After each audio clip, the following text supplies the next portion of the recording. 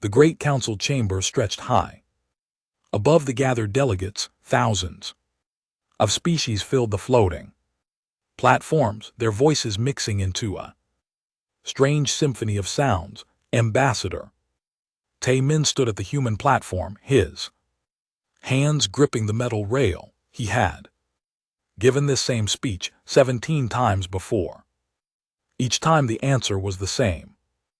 Honored Council, he began, his voice steady. Humanity requests once again that you lift the quarantine. We have kept our word for 200 years. We stayed in our space. We built no new warships. We have been good neighbors. The insect-like counselor Vexil clicked his mandibles together. The sound meant disapproval. Ambassador Tae-min, your species was isolated for good reason. Humans are too dangerous. Your people come from a death world. You are predators, natural killers. Tae-min felt anger rise in his chest, but he pushed it down. We are more than our biology. We have families. We write poetry. We love peace, yet your history is written in blood. Another counselor said this one looked like a floating jellyfish pulsing with blue light. Every conflict you entered, you won. Every species that fought you, you crushed. The council feared what you would become if left unchecked, so you locked us away. Tae-min said quietly, like animals in a cage, like weapons in a vault. Vexil corrected, for the safety of all. Vote came quickly, denied again. Tae-min walked back to his ship with heavy steps. 200 years of isolation, 200 years of his people proving they could be peaceful. It meant nothing to them. Far away in the quarantine zone, Admiral Hun stood on the bridge of the orbital defense station. He was old now, with gray hair and deep lines on his face. He had been a young officer when the quarantine began. Now he commanded the small fleet that guarded Earth's borders. Admiral, his communications officer, called. Message from the council. Ambassador Tae-min reports another denial. Hyan nodded slowly. He had expected it. The council would never trust humanity. Fear ran too deep. Sir, another officer spoke up. Long-range sensors are picking up something strange, very far out, beyond council space. Show me, Han ordered. Display lit up with data. Something big was moving through space, very big. And it was heading toward the galactic core, where the council worlds clustered together. What is that? Hyan asked. Unknown, sir. The readings are strange. It's not one ship, it's thousands, maybe millions, all moving together like a swarm. Han stared at the display. A cold feeling settled in his stomach. Send this data to the council. Mark it urgent. In the council chamber, alarms began to sound. Counselor Vextil received the report and felt his blood run cold. The unknown swarm was moving fast, very fast. It had already consumed 3 uninhabited systems, stripping them of all resources. What is it? The jellyfish counselor asked. We don't know, Vexil admitted, but it's heading our way. Calculate time to reach the outer colonies. The answer came back in minutes. 60 days. The council moved quickly. They activated their defense fleet, calling in ships from every member species. General De Jong took command of the combined forces. He was confident, proud. The council fleet had never lost a major battle. We outnumber this swarm, he announced. We have superior technology. We will crush them before they reach our worlds. But not everyone was so sure. Yuna, a human scientist who worked at a council research station, studied the data on the swarm. She was one of the Few humans allowed to work outside the quarantine zone, a specialist in xenobiology. What she saw made her afraid. The swarm consumed everything. It didn't communicate, it didn't negotiate, it simply destroyed and moved on. Patterns reminded her of something. She pulled up old Earth data. Animals from humanity's home world, predators, but not like humans. These were simpler, more basic, pure consumption with no thought beyond feeding. She sent a message to Earth to Admiral Hyan. This swarm is a predator species, but they evolved on an easier world than Earth. They've never faced real resistance. Our tactics are aggression. It might work against them. Han read the message 3 times, then he looked up at the stars, toward where the mothball fleet slept in cold space. The predator fleet, they had called it 10,000 warships built for one purpose: war. They had been sleeping for 2 centuries. Not yet, he told himself. The Council hasn't asked. They still fear us more than the swarm. At the outer edge of Council space, Captain Sangho commanded a small border patrol group.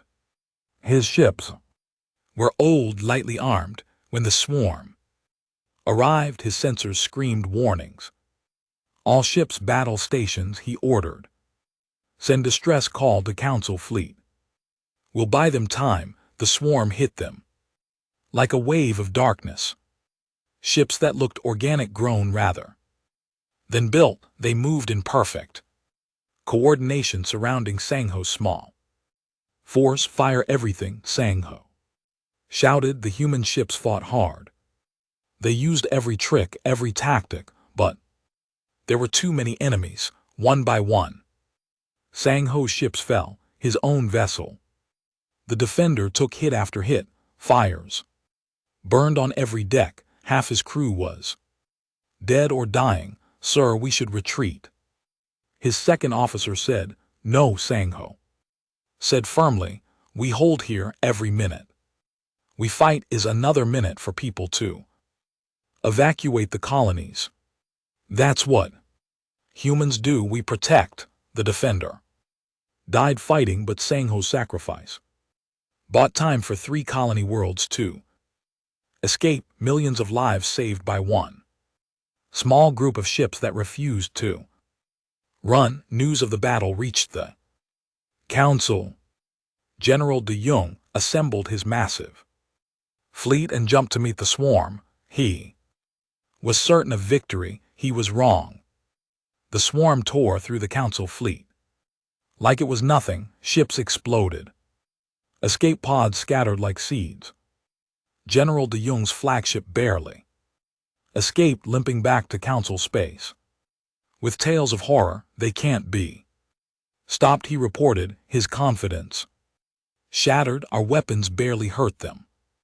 They just keep coming. Counselor Vextil stared at the casualty reports. 30% of the Council fleet gone in one battle. The swarm was still coming. In weeks, they would reach the core worlds. Billions would die. We need help, the jellyfish counselor said quietly. We need the humans. No, several others shouted. They're too dangerous. We can't unleash them. We're dying. Vexil clicked his mandibles hard. Pride won't save us. Fear won't save us. We need their predator instincts. We need their violence. The vote was close, but fear of extinction won over fear of humanity. Ambassador Tamman received the message at midnight. His hands shook as he read it. The Council was asking for help.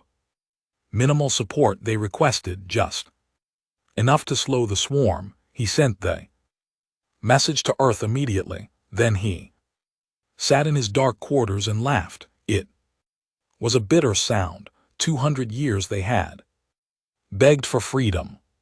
Now the Council came begging to them. On Earth, Admiral Hyan read the request. He looked out at the night sky where thousands of sleeping Warships waited in the dark, a smile crossed his old face, minimal support. He said to himself, "They still don't understand, you can't ask a predator to hunt a little bit. Once we're unleashed, we finish the job." He pressed the communication button. "Send word to all human colonies. Wake the fleet, all of it, the predator fleet." Stirs once more, across human space. Alarms began to sound, in shipyards that had been silent for centuries. Lights flickered on, massive vessels that had slept in the dark began to wake. Humanity was going to war. The swarm fell upon the outer council worlds like a plague. Yuna watched from her research station, her instruments tracking the destruction. Each world the swarm touched became silent, no distress calls, no survivors, just silence. "They're not even taking prisoners," she said to her assistant, a four-armed alien named Kelvin. "They consume everything. Metal, organic matter, water. They strip worlds bare. How do we fight something like that?" Kelvin asked, his voice shaking. Yuna pulled up Earth data on her screen. Images of lions hunting in packs, wolves coordinating attacks, human soldiers in ancient battles. "We fight like they do. Like predators, but smarter predators." She sent another message to Admiral Hun. "The swarm uses hive tactics. They overwhelm through numbers, but they're predictable. They don't adapt quickly.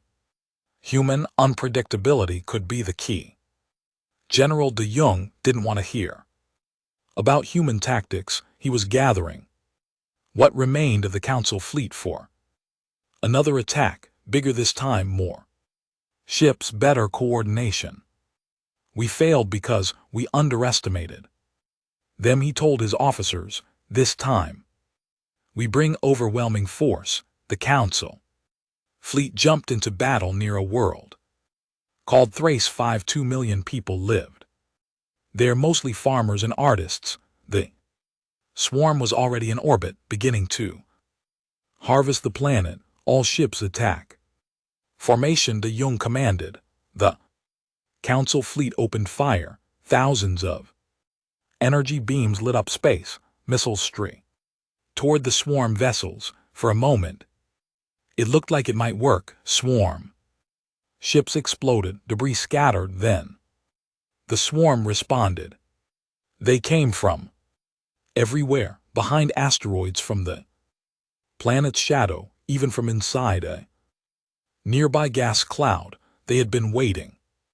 The swarm wasn't as stupid as de Jong thought. The battle turned into a massacre. Council ships tried to retreat, but the swarm surrounded them, cut them off, picked them apart one by one. General de Jong's flagship, the Pride of Unity, took a direct hit to its main reactor. The general himself barely made it to an escape pod. He watched his beautiful ship explode, taking 3,000 crew members with it. The Council fleet broke, ships scattered in every direction, running for their lives.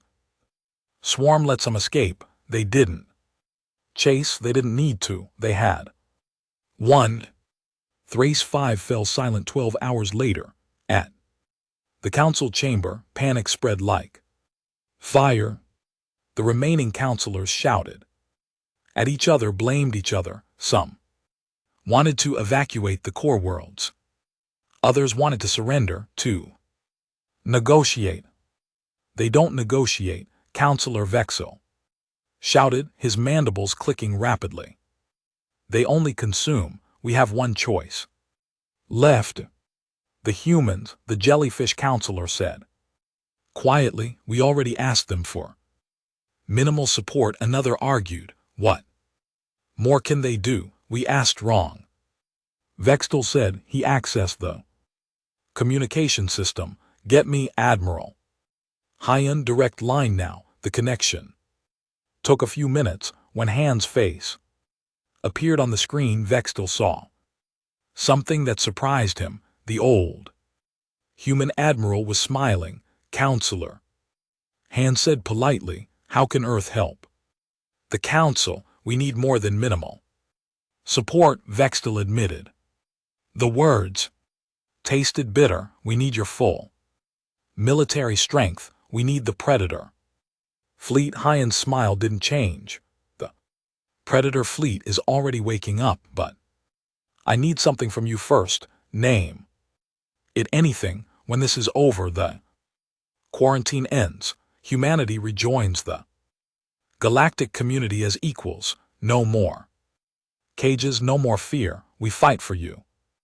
You give us our freedom." Vextel looked at the other counselors. Some nodded immediately, others hesitated, but the swarm was coming in days, not weeks. "Agreed," Vextel said. "Then we're coming." Hyan replied, "Tell your people to stay out of our way. What we're about to do won't be pretty. War never is." The connection ended. Vextel sat down heavily. He had just made a deal with Predators he hoped he wouldn't regret it. On Earth, the mobilization continued. Captain Sangho's brother Dongham had survived the border patrol massacre. He arrived at Earth on a transport ship, wounded but alive. "They killed everyone," Dongham told Admiral Hyan. "Sangho held the line until the end. He saved those colonies." Hyan nodded slowly. "Your brother was a true warrior. His sacrifice will be remembered and avenged." Dong men looked up with fierce eyes. "Let me join the fleet. Give me a ship. I want to make them pay."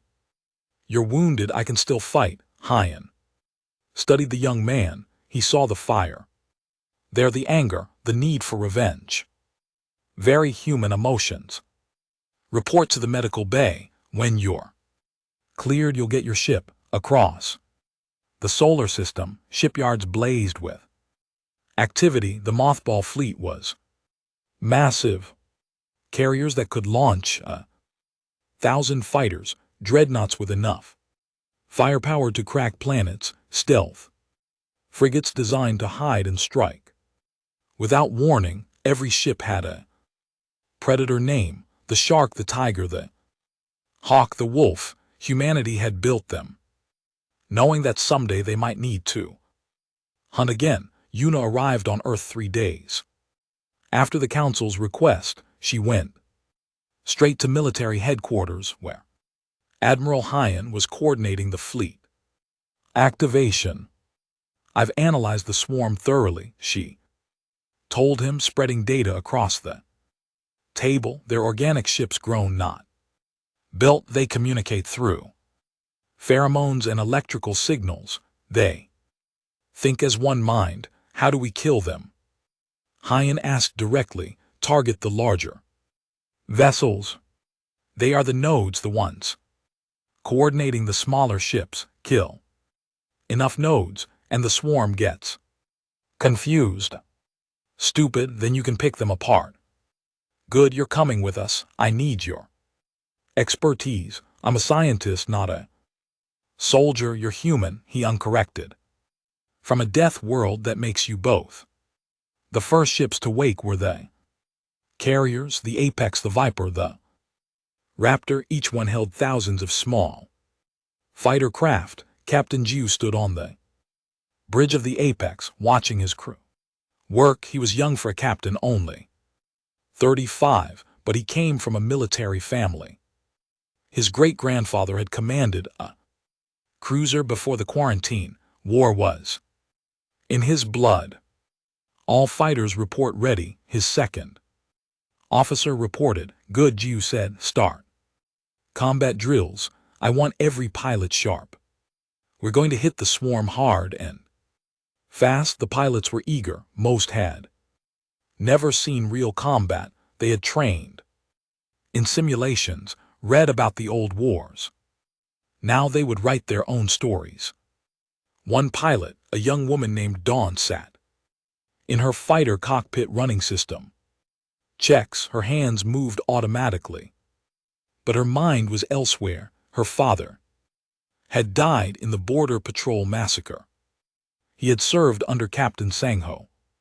"For you, Dad," she whispered, touching a photo attached to her console. "I'll make you proud." The engineering teams worked around the clock. Hana, the chief engineer for the Dreadnought Thunder, crawled through maintenance tunnels, checking every system. "These ships are 200 years old." Her assistant worried, "What if they fail in battle?" "They won't," Hana said confidently. "Look at these conduits. These reactors, they've been maintained perfectly. Someone made sure these ships would be ready when needed." "Who?" Hana smiled. "Humans who understood what we are. We're not a peaceful species pretending to be warriors. We're warriors pretending to be peaceful. These ships are our true face." 10 days after the Council's request, the Predator fleet was ready. Over 10,000 warships assembled in formation around Earth. It was the largest human fleet ever gathered. Admiral Hyan stood on the bridge of his flagship, the Omega. He looked out at the assembled ships and felt pride swell in his chest. "Send fleet-wide communication," he ordered. Every screen in every ship showed his face. "People of Earth, defenders of humanity.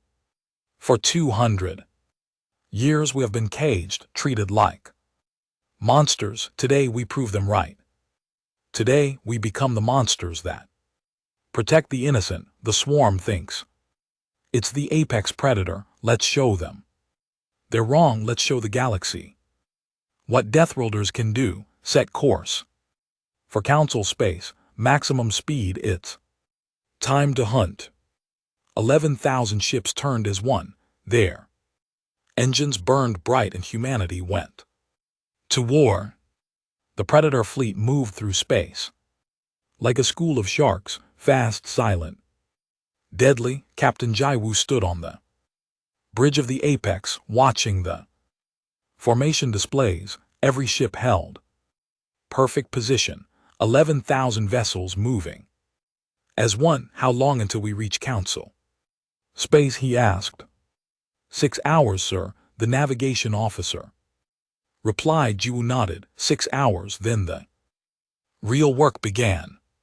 He looked at his crew, saw the mixture of excitement and fear on their faces. Most were young too, young to remember real war. "Listen up," he called out. "I know what you're feeling. Nervous, scared, maybe excited.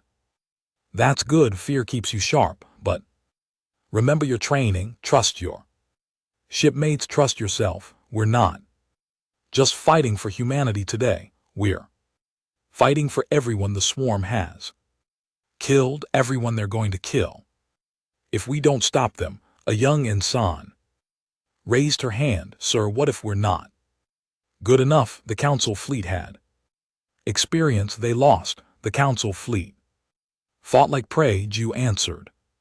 Defensive, reactive, waiting for the enemy to make mistakes. We're going to fight like predators, aggressive, proactive. We make them react to us.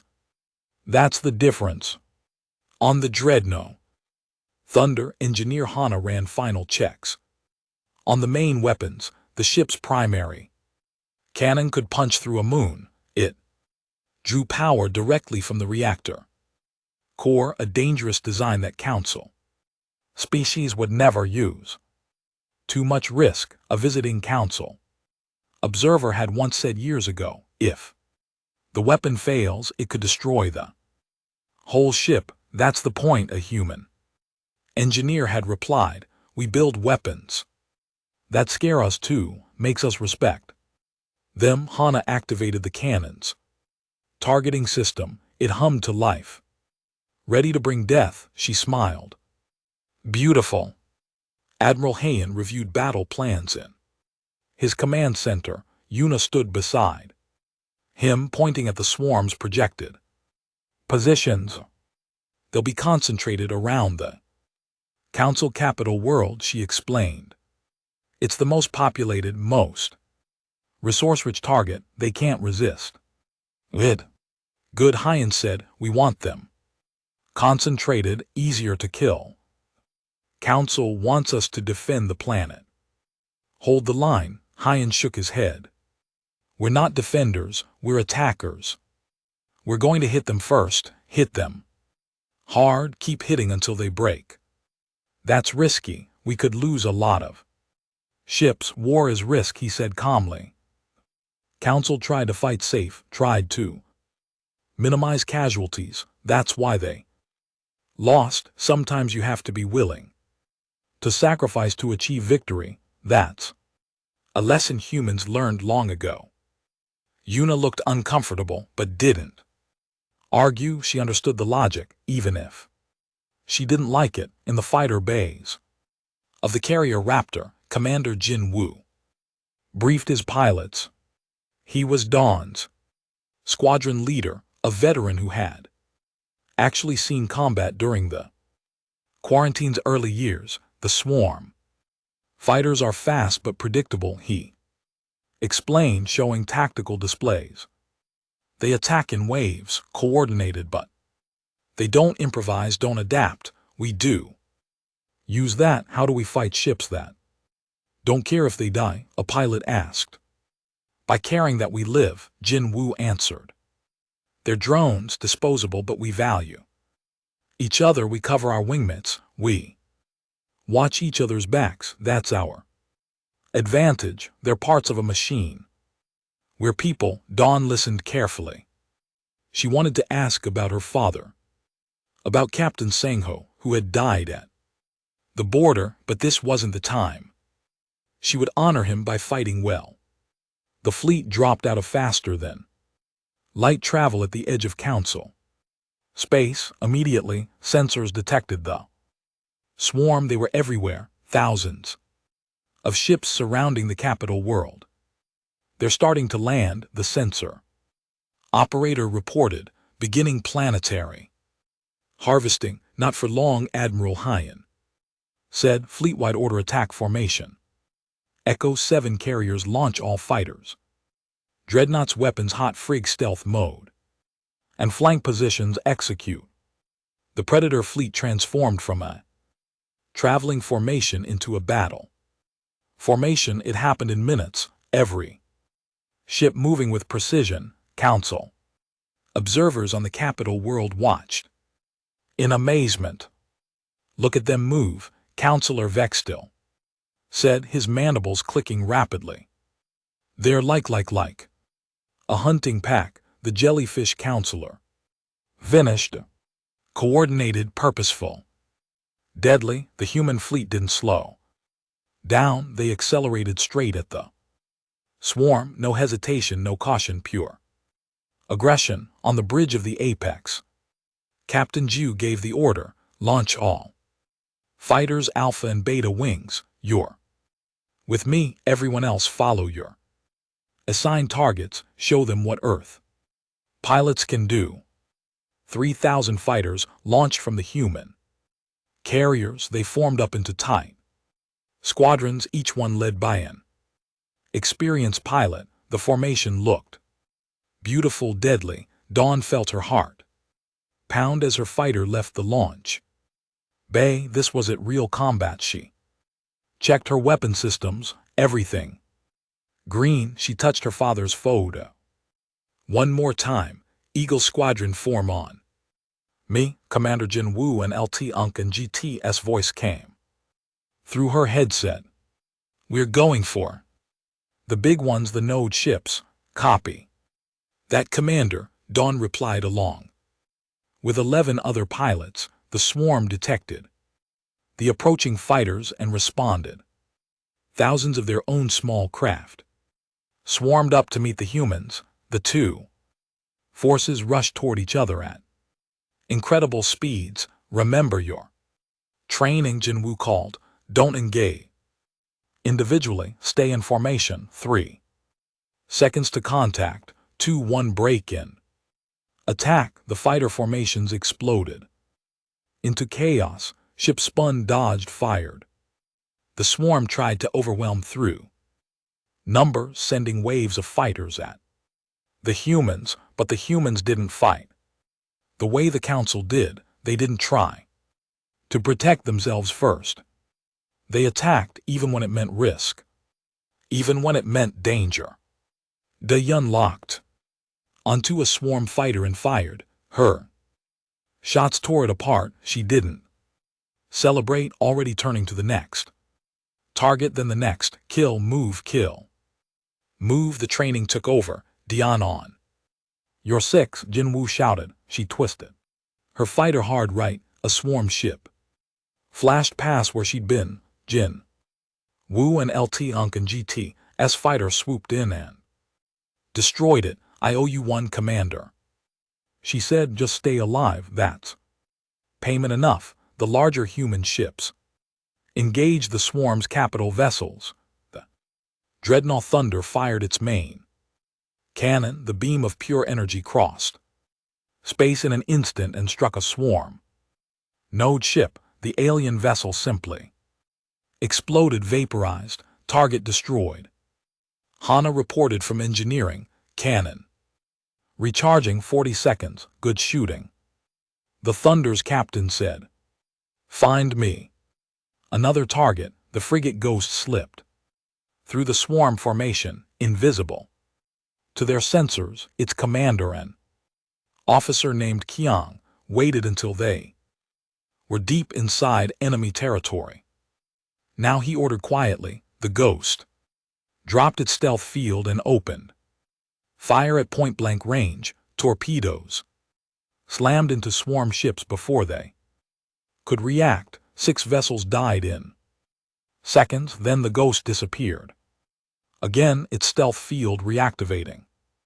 The swarm ship spun around looking for their attacker, but the Ghost was already gone, moving to a new position. That's how you do it, Kaum said with satisfaction. Hit and fade, never give them a clear target. Admiral Hun watched the battle unfold on his displays. The human fleet was taking damage. Ships exploded. Fighters died. But they were winning. The swarm wasn't adapting. They kept using the same tactics even as those tactics failed. They're confused, Yuna observed. Node ships we destroyed, the swarm can't coordinate as well without them. Then we kill more nodes. Hyan ordered all capital ships focus fire on the large swarm vessels, ignore the small ones. Let the fighters handle those. Human dreadnoughts concentrated their fire. One by one, the swarm's node ships died. And with each death, the swarm became more chaotic, more disorganized. Captain Jai Wu led his fighters deep into the swarm formation. They were hunting the Queen ship, the biggest node of all. It was massive, twice the size of a human carrier. There he called all squadrons, weapons free. Pour everything into that monster. Hundreds of fighters converged on the Queen ship. They dodged its defensive fire, weaving through space like angry wasps. Their weapons lit up the darkness. Dune fired all her missiles at once. Watched them streak toward the massive target. Other pilots did the same. The Queen ship's hull cracked under the assault, split open. Atmosphere vented into space. It's breaking apart, someone shouted. Queen ship exploded in a brilliant flash. The shockwave knocked several fighters off course, but they recovered. And suddenly the swarm stopped. Fighting just stopped. The ships drifted aimless without the Queen's coordination. They were lost. They're vulnerable, Admiral Hyan said. Fleet order, destroy them all. Leave nothing alive. Nothing that can rebuild. Nothing that can come back. The human fleet moved through the disabled swarm like wolves through a flock of sheep. They showed no mercy, took no prisoners. The swarm had destroyed worlds. Now they would pay the price. Counselor Vextil watched from the surface of the capital world. He saw the human ships hunting, killing, efficient, brutal, terrifying. They're not even trying to capture ships for study, another counselor said. They're just destroying everything. That's what predators do. Vexil replied quietly. They eliminate threats completely. The battle lasted 6 hours. When it ended, the swarm was gone. Every ship destroyed. The space around the council capital was filled with debris and the wreckage of 2 fleets. The human fleet had lost 800 ships, thousands of crew members, but they had won. Admiral Hyan stood on his bridge looking at the casualty reports. Every name represented someone's child, someone's parent, someone's friend. Sir, his communication officer said, the council is requesting permission to thank us personally. Han nodded slowly. Tell them we'll meet them, but this isn't over. The swarm came from somewhere. We need to find their home. Hunt them to extinction. That's the only way to be sure. Captain Jai Wu landed his fighter on the apex. He was exhausted, every muscle ucked, but he was alive. He climbed out and saw Dawn's fighter land beside his. She removed her helmet. Tears ran down her face. You okay? Jinwoo asked. I'm alive, she said. My dad wasn't so lucky, but I think he'd be proud. We won this battle. Wu corrected gently. The war isn't over yet. In the distance, the Predator fleet began to regroup, counting their dead, repairing their ships, getting ready for the next fight. Because that's what Predators do. They hunt until the prey is gone. The war against the swarm lasted 6 months. The battle at the council capital was just the beginning. Humanity didn't stop there. They couldn't. The swarm had to be completely destroyed or they would just rebuild and return. Admiral Hyan organized the fleet into hunting groups. Each group had carriers for fighters, dreadnoughts for heavy firepower, and frigates for reconnaissance. They spread across the galaxy, tracking down every swarm nest they could find. Captain Jiu commanded one of these groups. His flagship, the Apex, led 15 other ships deep into uncharted space. They were following the swarm's trail, backward, finding the worlds they had consumed.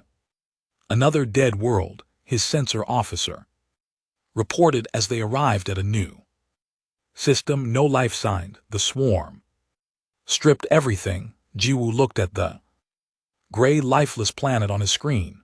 It had been a garden world once. Now it was just rock and dust.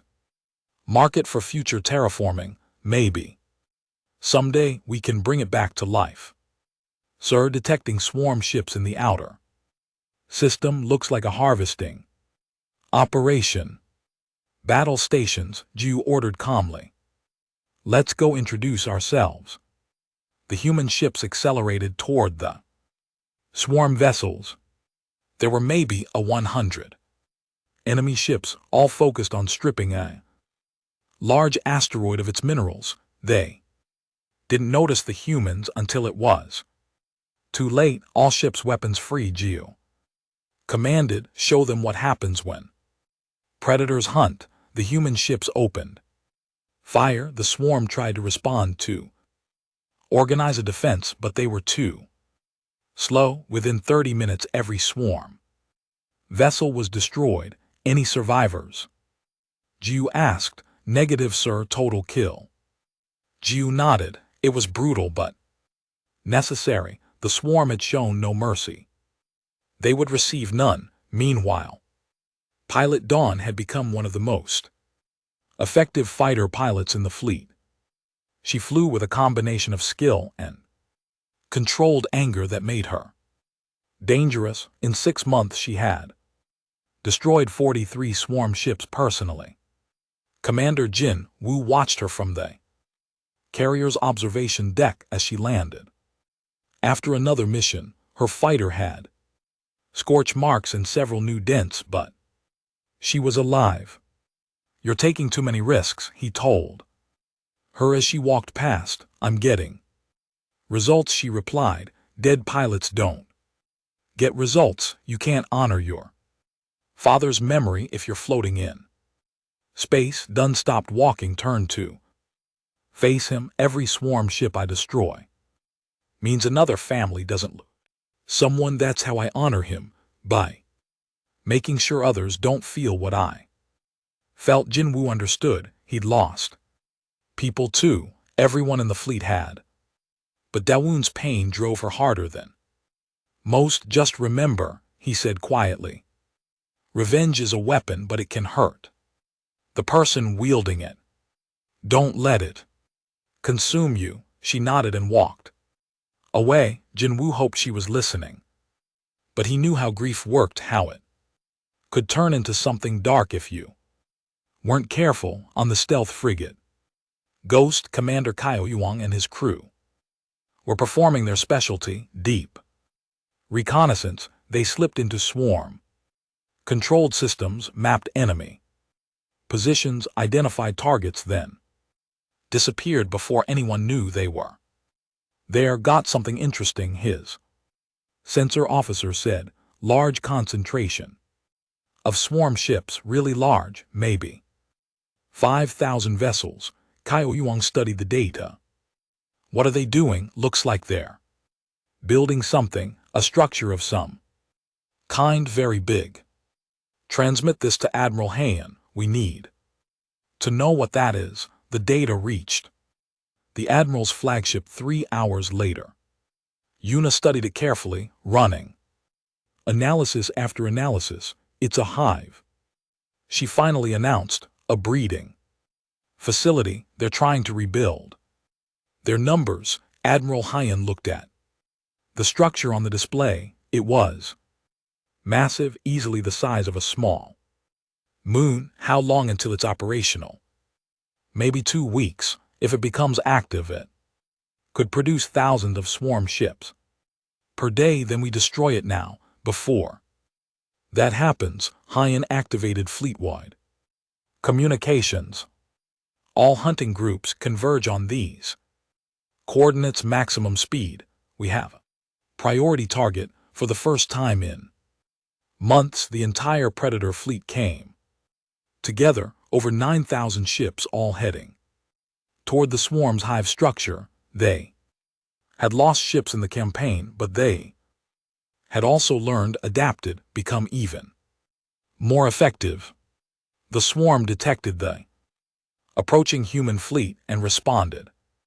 Ships poured out of the partially built hive, thousands of them. This would be the biggest battle since the war began. "They're protecting their future," Yuna observed. "That hive represents their survival. They'll fight harder than ever." "Good," Heian replied. "So will we."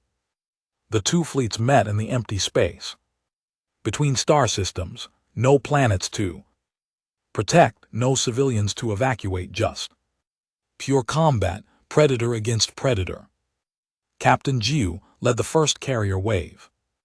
"All fighters launch. Remember your training. Stay together. Cover each other. Let's finish this." Dune's fighter shot out of the carrier bay, along with thousands of others. The swarm's fighters came to meet them, a massive cloud of organic ships. "Eagle Squadron," Commander Jin Woo called. "We're going for the hive. Ignore everything else. Our job is to plant charges on that structure." "Copy that," Dune replied. She checked her payload. 6 fusion charges, each powerful enough to crack an asteroid. If they could attach them to critical points on the hive, the whole structure would collapse. The squadron dove into the swarm formation. Enemy fighters swarmed around them. De Yun's fingers danced across her controls, dodging, weaving, occasionally firing at targets. That got too close. Almost there, Jin Woo called, 30 seconds to the hive. Swarm fighter appeared directly in front of Daeon. She couldn't dodge in time, so she didn't try. She accelerated directly at it, firing all weapons. Both ships hit each other, but the swarm fighter disintegrated. Dawn's fighter kept going, damaged but flying. Dawn hit bad. Another pilot called, eject. Negative, she said through gritted teeth. I still have my charges. I'm completing the mission. Her fighter rattled and shook, warning alarm. Screamed, but she pushed it forward toward the massive hive structure. Charges away. Jin Woo shouted. Dion saw his payload attached to the hive magnetic clamps. Holding the explosives in place, she positioned her fighter and released her own charges, all 6 attached perfectly. Then her engine died. The fighter went dark. Dune, Jin Woo called. Status. I'm okay, she replied, switching to backup power, but I'm not going anywhere. Fast, complete the mission. I'll find my way back. Like hell you will, Jin Woo said. Eagle 5, break off and provide cover for Daeon. Get her out of there. Roger that, Commander. While the fighters battled around the hive, the larger ships engaged the swarm's capital vessels. The dreadnought Thunder, now commanded by a woman named Bo Ra, after the original captain died in battle, fired its main cannon again and again. Focus on the big ones, Bo Ra ordered. We need to clear a path for the evacuation. Engineer Hana worked frantically to keep the cannon operational. The weapon was overheating, firing faster than it was designed to, but they needed every shot. Cannons at 120% capacity, she reported. We're risking a meltdown. Can you give me 5 more shots? Bora asked. Hana looked at her displays, ran quick calculations. Maybe, probably, if we're lucky. Luck is what we make, Bora said. Do it, the Thundards. Each shot destroyed a swarm capital ship, and each shot pushed the cannon closer to failure. On the 5th shot, something in the weapon's core cracked. Meltdown in 30 seconds, Hana announced calmly. Evacuating. Engineering, seal the compartment. Bora ordered. Vented to space, maybe we can cool it down. Hana hit the emergency controls. The engineering section sealed itself off. Then the outer hull opened, exposing the overheated cannon to the cold of space. The temperature dropped rapidly. Meltdown stopped, Hana reported, but the cannon's offline. We're not firing that again without major repairs. That's fine, Boas said. We already did our job. Around the hive structure, Commander Jin Woo counted down. All charges are placed. Detonation in 10-9-8. We're not all clear yet, someone protested. Can't be helped, Jin Woo said. If we wait, the swarm might find the charges. Everyone, get as far away as you can. 3, 2, 1. Execute. 48 fusion charges detonated simultaneously. The hive structure tore itself apart. From the inside, massive chunks of organic material flew in every direction. Secondary explosions rippled through what remained, and then the entire structure collapsed, imploding on itself. Where there had been a moon-sized facility, now there was only debris. Hive destroyed, Jin Woo reported. All fighters returned to carriers. Dunn's damaged fighter limped back to the apex, escorted by 3 other ships. She landed hard, her landing gear barely functioning. When she climbed out, her whole body shook with adrenaline. Jin Woo was waiting for her. He didn't say anything, just pulled her into a brief hug. You scared me. I scared myself, she admitted. The battle continued for another 4 hours, but without the hive. The swarm had no future, no way to rebuild. They fought with desperation. But desperation wasn't enough. Admiral Hyan watched as the last swarm ships were destroyed. He felt no joy in it, only tired satisfaction. A job completed, sir, his communication officer called. We're detecting something. Long-range sensors. The swarm's home world. We found it. Han looked at the coordinates. A single planet deep in dark space, far from any star. The swarm had evolved there in the cold and dark. They had spread across the galaxy, looking for light, for warmth, for resources. Set course, he ordered. It's time to end this completely. The Predator fleet jumped toward the swarm home world. When they arrived, they found billions of swarm organisms. The entire planet crawled with them. It was beautiful in a terrible way, evolution at its purest. We could study them, Yuna suggested. Learn from them. We could, Hyan agreed. But they would always be a threat. Always dangerous. Sometimes the only way to protect everything else is to eliminate the danger completely. He gave the order. Every ship in the fleet opened fire on the planet. Energy beams, missiles, kinetic weapons. They bombarded it for 3 hours straight. When they stopped, the swarm home world was dead, sterilized. Nothing could survive what the humans had done to it. It's over, Jan said quietly. The swarm is extinct. They'll never threaten anyone again. The fleet turned and began the long journey back to Council space. Behind them, they left a trail of destroyed swarm nests, empty ships, and one dead world. Humanity had proven what it could do when unleashed. The galaxy would never forget. The Predator fleet returned to Council space after 6 months of hunting. They came back different than they had left. Harder, more experienced. Every ship bore the scars of battle. Every crew member had seen friends die, but they had won. The swarm was extinct. Every trace of the species wiped from the galaxy. It was a complete victory, the kind that wars were fought for but rarely achieved. Admiral Hyan stood on the bridge of the Omega as they approached the Council capital world. The planet looked peaceful from orbit. People had returned to their normal lives. They had already started to forget the terror of the swarm. Sir, his communication officer said, the Council requests permission to hold a ceremony in our honor. They want to thank us publicly. Tell them we'll attend, Yan replied.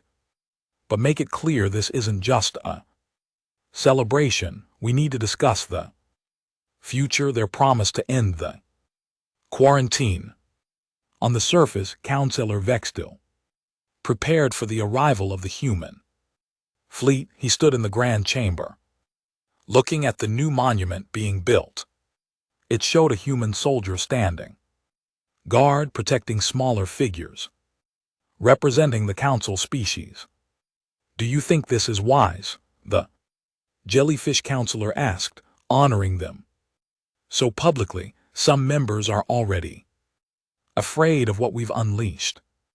They should be afraid, Vexil replied. We saw what humans can do when they fight without restraint, but we also saw them save us. The monument stays. The ceremony took place 3 days later. Thousands of Council citizens gathered to watch. Many species were present, all curious about the humans who had saved them. Captain Jiu attended in his dress uniform. Beside him stood Commander Jin Wu and Pilot Dawn, they represented the Fighter Corps, the ones who had fought in the most dangerous missions. Never thought I'd be a hero, Dawn whispered. She still looked thin, still carried her grief, but she stood tall. You earned it, Ju replied. You and every pilot who flew into that hell. Admiral Hyun arrived last, walking slowly. He looked older now. The war had aged him. He approached the podium where Counselor Vextel waited. Admiral Hyun Vextel began, his mandibles clicking in the pattern that meant respect. On behalf of the Galactic Council, I thank you. You saved billions of lives. You stopped a threat we could not defeat. You are heroes. The crowd cheered, but Hyun didn't smile. He stepped to the podium and raised his hand for silence. We did what was necessary, he said, his voice carrying across the chamber. We fought, we killed, we showed no mercy. That's what war is. That's what you asked us to do. The crowd grew quiet. This wasn't the humble speech they expected. For 200 years you kept us locked away, Hyun continued. You called us dangerous predators, monsters. You were right. We are all those things, but you forgot something important. Predators don't just kill, they also protect. He paused, looking around at the thousands of faces watching him. Humans come from a death world. We evolved to survive against impossible odds. We learned to hunt in packs, to fight together, to never give up. These traits made us dangerous, but they also made us loyal, protective. When we consider someone part of our pack, we defend them to the death. Vextel listened carefully. He was beginning to understand. The swarm killed our people, too, Hyun said. Captain Sangho and his crew, fighter pilots, ship crews, thousands of humans died fighting your war, but we don't regret it because you became part of our pack and we protect our pack. He stepped back from the podium. Ambassador Tae Min came forward next. He had been quiet during the war, managing diplomatic relations. Now it was his turn to speak. The council made us a promise, Taemin said. End the quarantine. Let humanity rejoin the galaxy as equals. We've held up our end. We saved you. Now it's your turn. Murmurs spread through the crowd. Some council members looked nervous. Others nodded in agreement. Counselor Vextel stepped forward. The council will vote tomorrow, but I think the outcome is clear. Humanity has earned its freedom, earned its place among us. Some of us still fear them. Another counselor spoke up. This one was reptilian with scales that changed color with emotion. Right now they showed yellow fear. Good, Vextel replied. Healthy fear keeps us honest, reminds us not to make enemies of our protectors. That night the human crews celebrated in their ships. They drank, told stories, mourned their dead. Captain Ju found himself on the observation deck of the Apex, looking out at the stars. Engineer Hana joined him. She had transferred to the Apex after the Thunder was too damaged to continue fighting. Thinking about home, thinking about what comes next, Jaiwoo admitted. We were soldiers for 6 months. What do we do when there's no war to fight? We remember how. Hana said, stay ready, because there will always be another threat, another war. That's the galaxy we live in. You think we'll ever be truly accepted? Or will we always be the monsters they call when they're desperate? Hana shrugged. Maybe both. Maybe that's okay. Someone has to be the monsters. Might as well be us.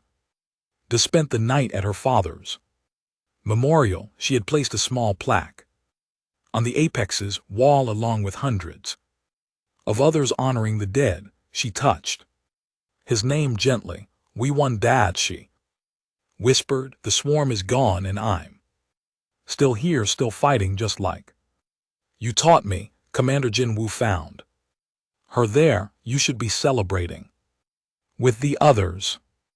"This is how I celebrate," she said. "Remembering why we fight, what we're protecting." "You've changed," Jinwoo observed. "You're not angry anymore, just determined."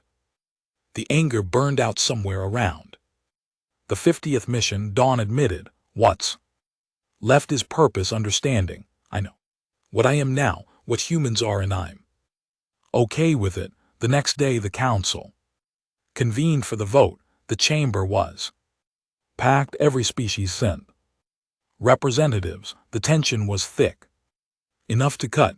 Councillor Vextel called for order. "We vote today on humanity's status. Do we end the quarantine? Do we grant them full council membership, or do we maintain the isolation?" The debate lasted hours. Some argued that humans were too dangerous to set free. Others pointed out that they had just proven their value. Still others worried about what humans might do with their freedom. Finally, Vexatil called for the vote. The results came quickly. 67% in favor of ending the quarantine. 73% in favor of full council membership. "It's done," Vextel announced. "The quarantine is lifted. Humanity is welcome to the Galactic Council as equals." Admiral Hyan received the news on his flagship. He nodded slowly. No celebration, no cheers, just quiet satisfaction. "Send word to Earth," he ordered. "Tell them to prepare. We're going home for real this time." But not everyone was happy. In a private chamber, several council members met in secret. The reptilian counselor who had spoken against humans led the meeting. "They're too powerful now," he hissed. "Too dangerous. They wiped out an entire species. What if they decide to turn on us? Then we die," another counselor said. "Simply just like we would have died from the swarm. At least now we have a chance. We should have safeguards, limits on their military." "You think they'd accept that after what they just did for us?" The jellyfish counselor pulsed with frustration. They earned their freedom. Trying to control them now would only make them our enemies. The meeting ended without agreement, but the message was clear. The galaxy was changing. Humanity was now a major power. Some would resist, others would adapt, all would have to accept it. A week later, the Predator fleet began its journey home to Earth, but not all of them went. Admiral Hyan made an announcement that surprised everyone. "We are establishing permanent defense stations throughout Council space," he said.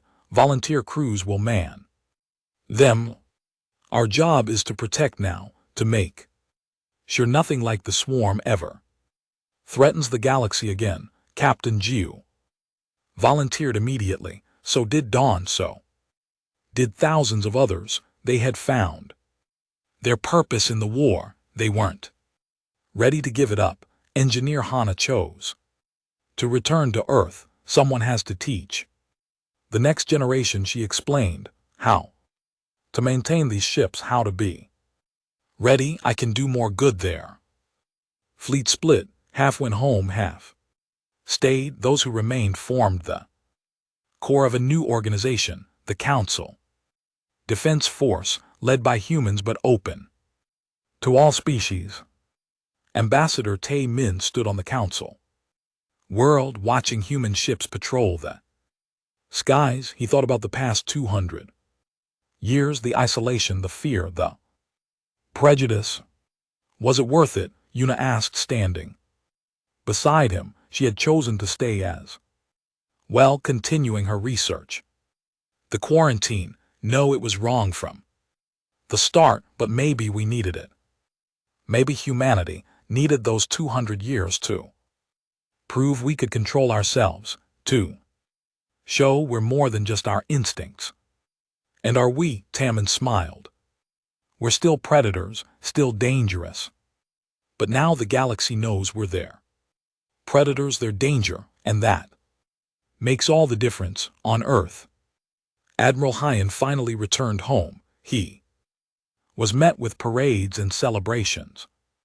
The whole planet honored the returning heroes, but Hyan didn't attend the celebrations. He went to a quiet memorial where names were carved into black stone, every human who had died in the war, thousands of names. He touched the stone gently. We won, he said to the dead. Your sacrifice meant something. The galaxy is safer now. Humanity is free. You can rest. A young officer approached. She couldn't have been more than 20. Admiral, I'm Lieutenant May. I wanted to thank you. My sister died fighting the swarm. She was a pilot. What was her name? Hyo Jin. She flew with Eagle Squadron. Hyan thought back, remembered reports from that squadron. She died destroying the hive. Her sacrifice turned the tide. May nodded, tears in her eyes. I'm enrolling in the academy, going to be a pilot.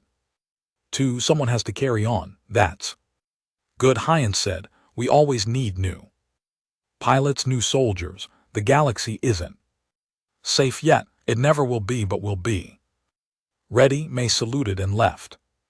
Hyan looked up at the sky where stars were beginning to appear in the evening light. Somewhere up there, human ships patrolled, standing guard, protecting.